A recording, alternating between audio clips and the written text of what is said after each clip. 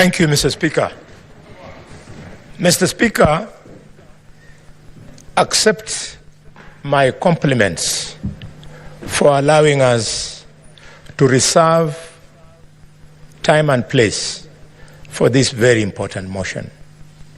And Mr. Speaker, allow me to equally compliment the leader of the majority and the leader of my minority for speaking not just from their minds, but especially from their hearts. I never thought in my life that in this house I would listen to the wonderful speech by the young Senator Aaron Cheruiyot.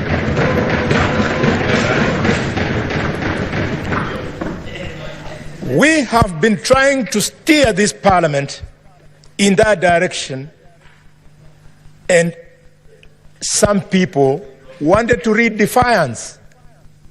No. Listen to the words of the leader of the minority.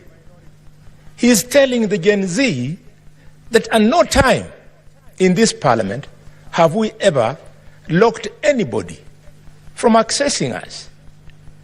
They didn't have to lose lives, lose limbs, result in loss of property for them to have an opportunity for a photo session in this house. Every day, the Speaker's Gallery and the public gallery has not only remained open, but it always has people. In fact, there are times, Mr. Speaker, when we are not sitting, the Sergeant at Arms allows people to come and sit in these benches. We didn't have to pay this price. Mr. Speaker, I therefore want to open my remarks by passing my profound, heartfelt condolences to all Kenyans who lost their lives, who were injured, and whose property was destroyed. Mr. Speaker, I specifically missed to sit in this house on Wednesday last week when I should have, because a woman who has been selling me fried groundnuts and oranges in Kakamega, Caroline Shiramba, was shot dead. She sells outside the office of the governor. Mr. Speaker, equally here in Nairobi, a young man from Malinya was shot dead. So these things have come very close. And for those who thought that this was something for a particular set of Kenyans, when I went to visit the victims at the General Hospital in Kakamega, one of the victims was the son of one of my chiefs. He was at the forefront in Kakamega. You saw, even the son of the Attorney General of Kenya was also involved. I saw the son of Honorable my brother Junjuri was involved. I particularly don't know where my children were. Probably they were also involved. The only thing that missed was that they were not captured on camera. Mr. Speaker, where are we? 4 things that are unprecedented have taken place. The first one is that for the first time in the history of this country, the president refused to assent to the finance bill. It is unprecedented. 2, Mr. Speaker, the youth did what they did. Some people call it inversion of parliament. Others call it desegregation of parliament. I don't know what to call it. I can only say they did what they did.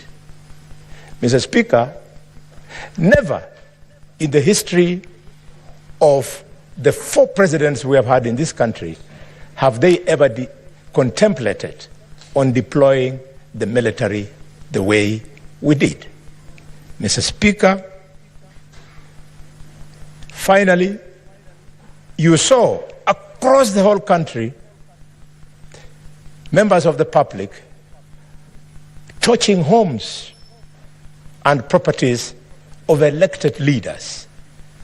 We are indeed in a bad place, and therefore, as we say in our community, when you are mourning, you don't mourn with shame. We must speak to it, as I wish to do now. Mr. Speaker, we are where we are today because Kenyans hate and are angry with the ongoings in the country. And if we don't speak to them and take action, we will go nowhere. It was never the finance bill. It was simply that the finance bill was a trigger. Why? Because public servants, led by ministers, are very, Mr. Speaker, corrupt. And people hate this, and people are angry. Yesterday, colleagues, I was called by a minister whose name I don't wish to bring on the floor because it's not necessary. And he was very angry with me for the position that I have taken, especially over the weekend in Nabaholo, over corruption in the cabinet. He told me very many strong and bad things. Because people who the other day we were working with here want to think because the Constitution has given them a different office as opposed to the offices as ourselves we have been given, they are therefore in high heaven, they should be worshipped. Nobody should mention their name, even when they are wrong. Mr. Speaker, people are angry and hate public servants because of our own making. The public display of wealth and opulence, unless members of the public can quickly see where you've gotten it, they will not be happy. Over the weekend, I was speaking of a young member of parliament from my community who has bought a helicopter. And I know him very well. I wish him well to continue accumulating wealth. I wish him well to continue accumulating wealth. But please, I'm asking the president to ask himself, how can the membership of an MP to a committee of parliament be the basis for him to be able to afford some of the things that are not affordable? Honorable Didmus Barasa, take it easy. Those helicopters will not change your life. Mr. Speaker, I equally offended somebody whose name I never mentioned in Kakamega over the weekend about this issue of opulence. I just wondered, how would an MP be able to donate 20 million shillings at a Harambe? He was very offended.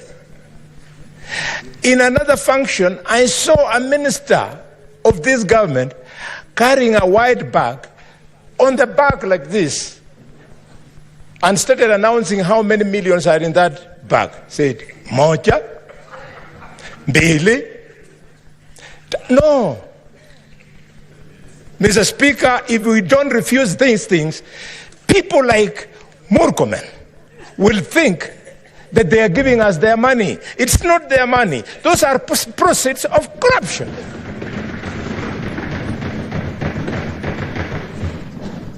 This House is saying no.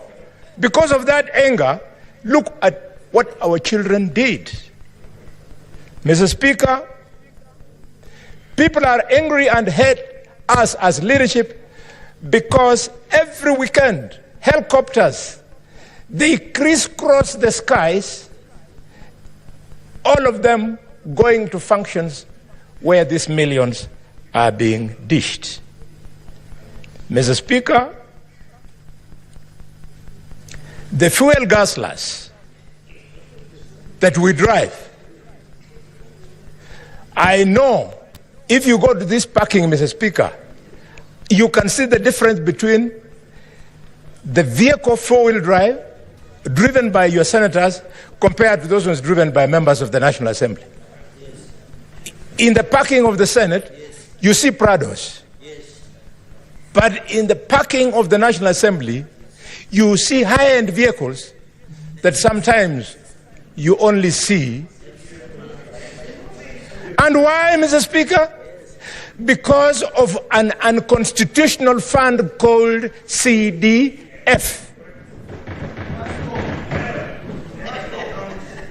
That unconstitutional fund, the courts made a pronouncement that it was unconstitutional and illegal. How did we respond as Parliament? The National Assembly, without blinking an eye, went and exercised legislative impunity by twisting the act so as to be allowed to continue with that unconstitutional, illegal process. Mr. Speaker,